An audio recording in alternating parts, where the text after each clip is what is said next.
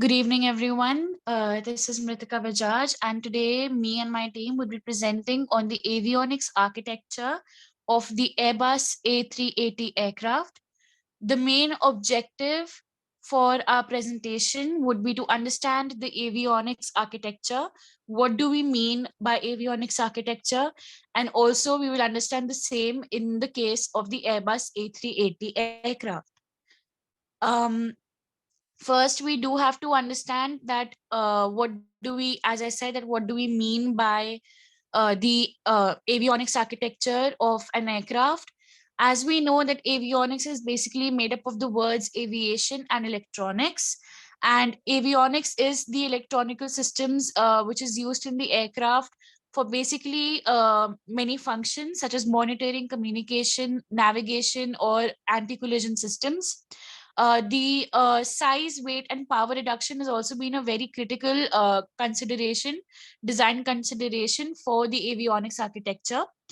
Now, there have been many programs which have been given by the US, which have been proposed by the US for the avionics architecture.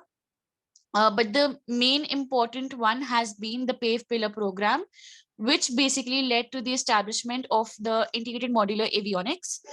We will go more into depth with this by my fellow teammates. Before going more in depth,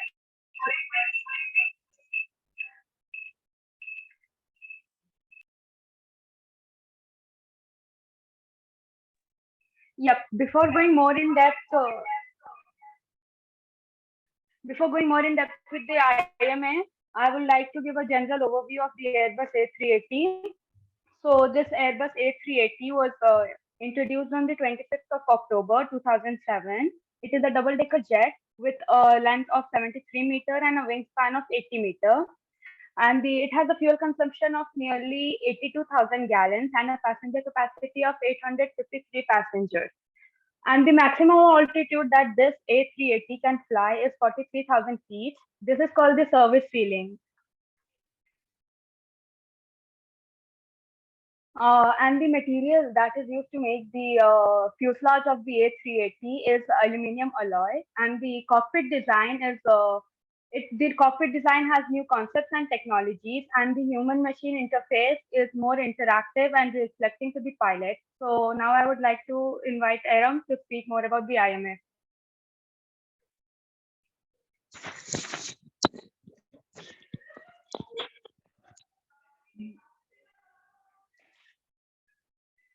The integrated modular avionics network consists of a number of computing modules capable of supporting numerous applications of different critical and non-critical levels.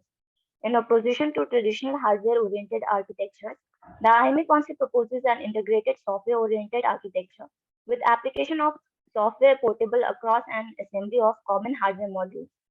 IMA allows focusing on running applications instead of managing infrastructure. The IMA software runs in a certain partition. In practice, when organizing this partition-based access to application, it is important to know the availability of a separate dedicated container with application in active operation. Here we can see the difference between the federated system architecture and IMA architecture. Now we'll learn more in detail about this in further slides.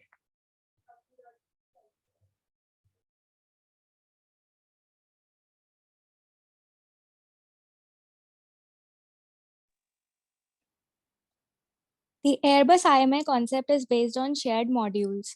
A module-focused approach has been preferred compared with the previous concept of cabinet.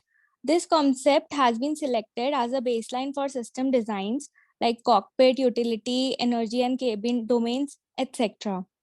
Now, since the mid-80s, the former Airbus partners have done research on IMA for their systems, PACS, IDEE3, Nevada, Pamela, Victoria, etc., with the objective to merge different system design approaches with different procurement approaches, which includes closed loop control systems, data management and data processing systems, safety criteria and non-safety criteria, and complete design in-house, integration of components to be fully outsourced.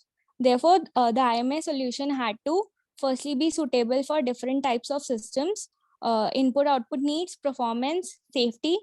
Secondly, be suitable for a large number of systems and their supplies to allow the real competition.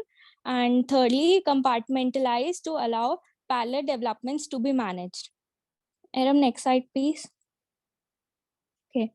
So for the avionics communication network, the solution was selected, that is AFDX system, which is avionics full duplex Ethernet, which is fully compatible with Ethernet network of open world and based on common switch modules. Modules like we have CPIOM, which is core processing and input output modules, and we have IOM, which is input output modules for hosting of several application and signal transmissions.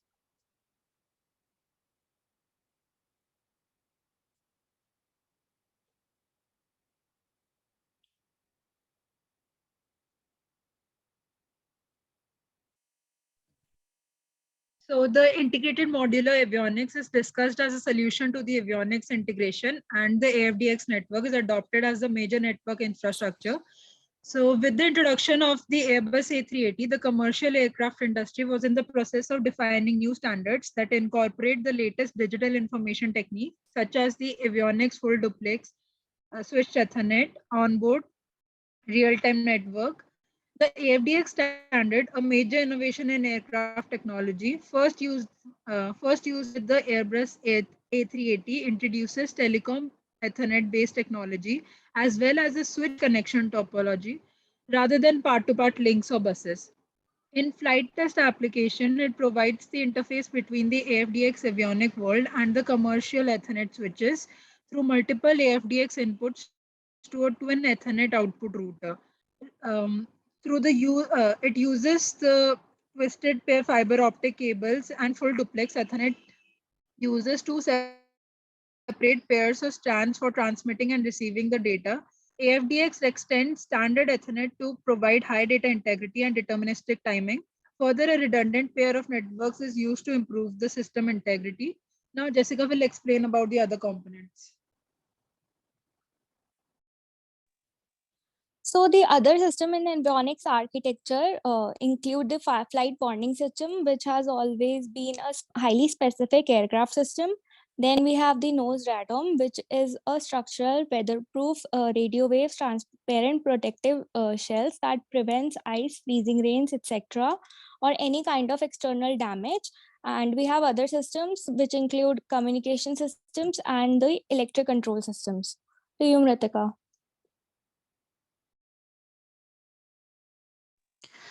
So basically, as my teammates have explained, what do we mean by IMA and its components and how the avionics architecture of the Airbus A380 is based on IMA, we have to understand what is the future of the same.